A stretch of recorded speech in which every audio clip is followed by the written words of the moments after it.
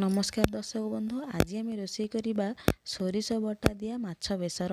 आपण जदि मो चैनल को सब्सक्राइब करना ताहले प्लीज मो चैनल को सब्सक्राइब कर दिंतु। माँ को हाथ रंधा कुकिंग चैनल आ लाइक आ शेयर करने को मध्य भूलंतुनि।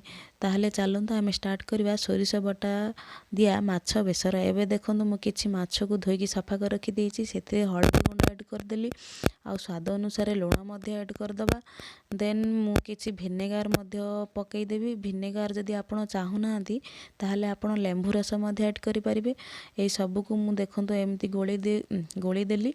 तापर मु आज अंगार चुली रे रोषे करबा को जाउची। तो मु किछि अंगार निया लगे देछि। देखंतु एबे निया आई साला परे मु तावा को बसे देली। तावा रे किछि तेल मध्य ऐड करदबा।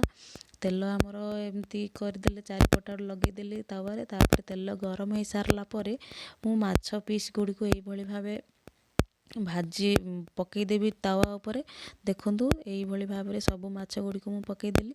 तापर माछर गोटे साइड हो गला परे नेक्स्ट साइड आम उल्टै दबा। एबे देखंतु सब माछ पीस गुडी को मु एई भली भाबे उल्टै देली। तो एबे माछ भजा हमर रेडी। माछ भजा को मु गोटे प्लेट को काट देबी। और नेक्स्ट भाड़ी मध्य मुंड लांज गुडी को मध्य मु पकई देली।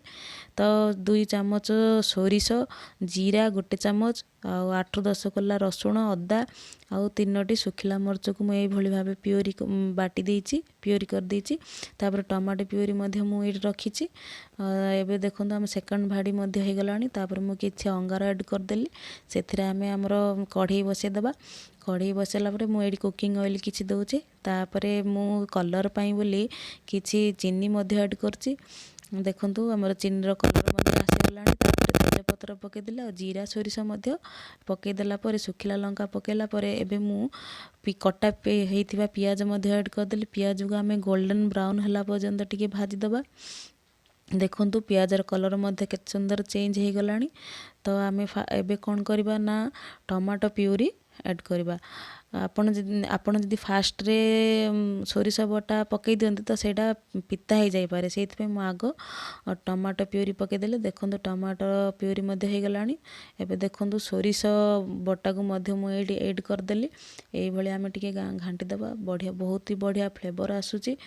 आपण एई भली भाबे रोषेई करंतु, बहुत ही भल लागिबो।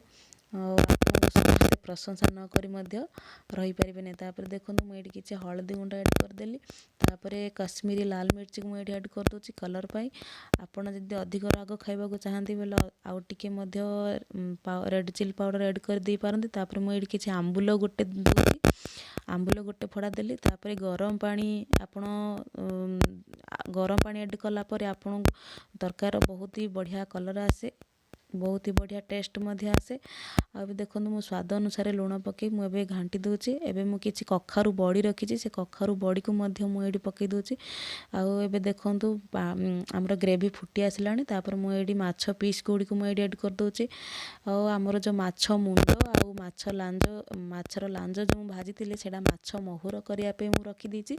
एबे खाली मु पीस गुडी को माछ बेसर कर देली। देखंतु केते बढ़िया कलर, केते सुंदर कलर आ बहुत ही टेस्ट। आपण भात सहित खांतु माछ बेसर।